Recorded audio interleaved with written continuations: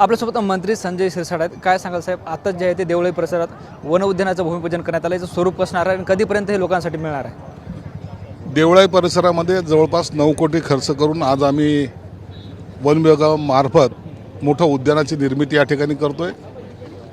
शहराची वाढती लोकसंख्या पाहिली तर त्यांना घरात सिमेंटाचं जंगल होतं आहे, परंतु वन विभागातर्फे आम्ही एक ज्याला हिरवळ म्हणता येईल त्यांच्या आयुष्यामध्ये असा एक चांगला उद्यान या ठिकाणी तयार करतो आहे.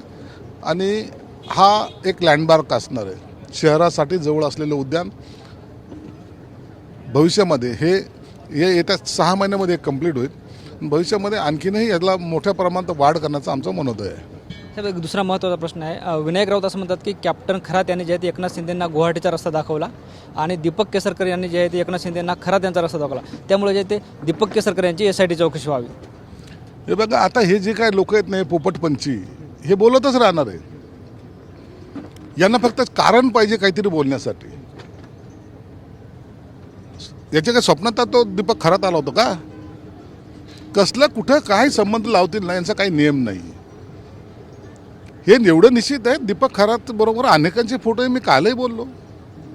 म्हणून आता पोलीस चौकशी करेल आणि जो कोणी त्याच्यामध्ये CDR काढा ना, सगळ्यांचा CDR तपासा. तर दीपक खरातकडे CDR काय असतील ना ते तपासा. त्याच्याकडे असलेले ते काही व्हिडिओज आहेत ते तपासा आणि त्याच्या जो कोणी आरोपी असेल त्याला फासावर लटकवा ना. आमचं काही म्हणणं नाही, परंतु एखाद्याला टार्गेट करून जर तुम्ही ह्याला दिशा बदलवायचा प्रयत्न करत असाल आणि मुख्य आरोपी जर त्याला वाचवायचा तुम्ही जर प्रयत्न करत असाल तर हे चुकीचं आहे. ऑपरेशन टायगरच्या चर्चेनंतर जे आहे ते उद्धव ठाकरेंनी त्यांच्या खासदाराची मातोश्रीवर बैठक बोलवली. ऑपरेशन टायगरच्या नंतर त्यांच्या खात्याच्या लोकांना बोलवलं, काय केलं, काय त्याच्याबद्दल आम्हाला काही देणं घेणं नाही. आता उद्धव ठाकरे साहेबांना सुद्धा कधीतरी हुक्की येते, कधीतरी ते बोलतात. यामध्ये आता ते स्वतः अडकलेले आहेत. त्यांनी जो काही पाणी पुरवठा करायचा होता दीपक खरातच्या तिकडे तो त्यांनी केलेला आहे. त्यांच्या काळात झालेली ती ऑर्डर आहे.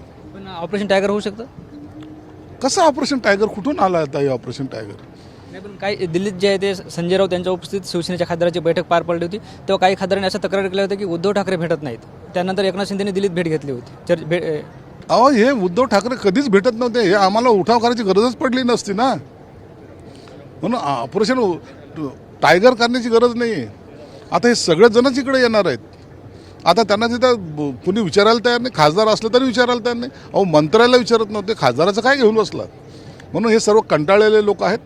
आता त्या कार्यकर्त्याला किंवा खासदारांना सुद्धा असं वाटतं आता या पक्षात राहणं काही योग्य नाही, म्हणून ते निश्चितच आमच्याकडे येतील.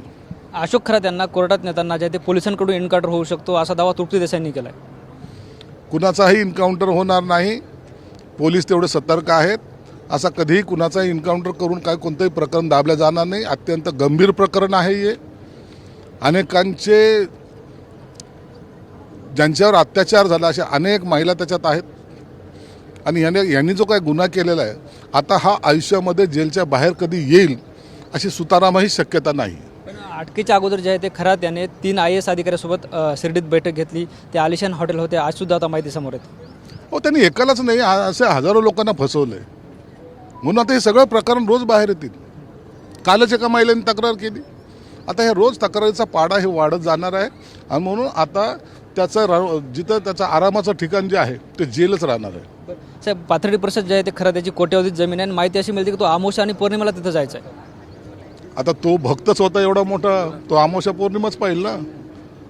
आता त्या सगळ्या प्रकरणाचा थोडासा तपास होऊ द्या, प्रकरण बाहेर येऊ द्या. अत्यंत गंभीर आणि सिरियस प्रकरण आहे, याला कॅज्युअली घेऊ नका. म्हणून अशा लोकांना जर शिक्षा झाली ना तर इतरांना त्याच्यापासून बोध मिळेल, धडा मिळेल आणि यापुढे असे प्रकार घडणार नाहीत.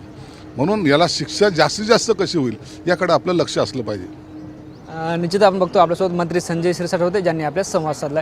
Camera person Vicky Chavan, Dnyaneshwar Londhe, TV9 Marathi, Deolai, Chhatrapati Sambhajinagar.